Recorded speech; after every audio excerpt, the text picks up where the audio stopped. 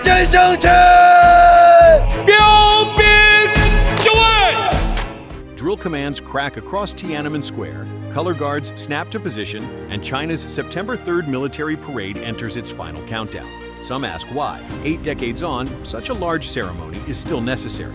But that question is really about how the present is read and the future is shaped.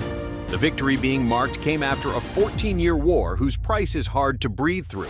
Roughly 35 million Chinese soldiers and civilians killed or wounded, about 300,000 murdered in Nanjing alone, families torn apart, and scars that never fully closed.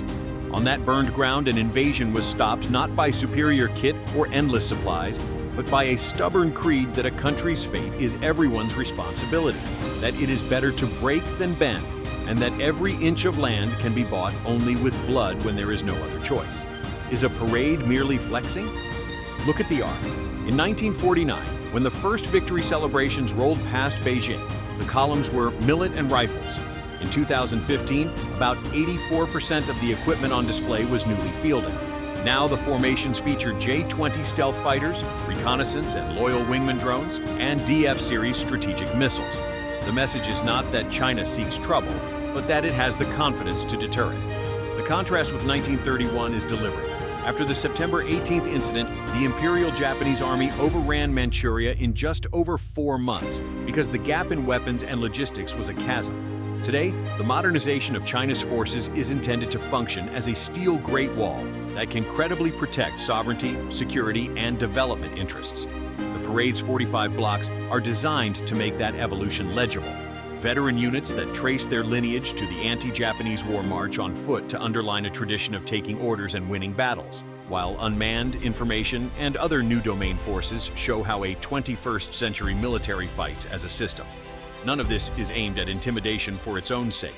It is a reminder learned the hard way that backwardness invites blows, and that real strength exists to keep the peace and keep past tragedies from repeating. The commemoration also reaches beyond one nation. In the global war against fascism, China was the main eastern battlefield for the longest time, tying down more than 60% of Japan's army and sending the Chinese Expeditionary Force into Burma in 1942 to reopen the lifeline to India at the cost of tens of thousands of lives. That pressure helped Europe and the Pacific breathe.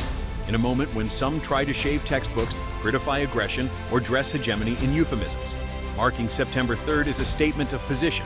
History is not negotiable. Justice is not a problem.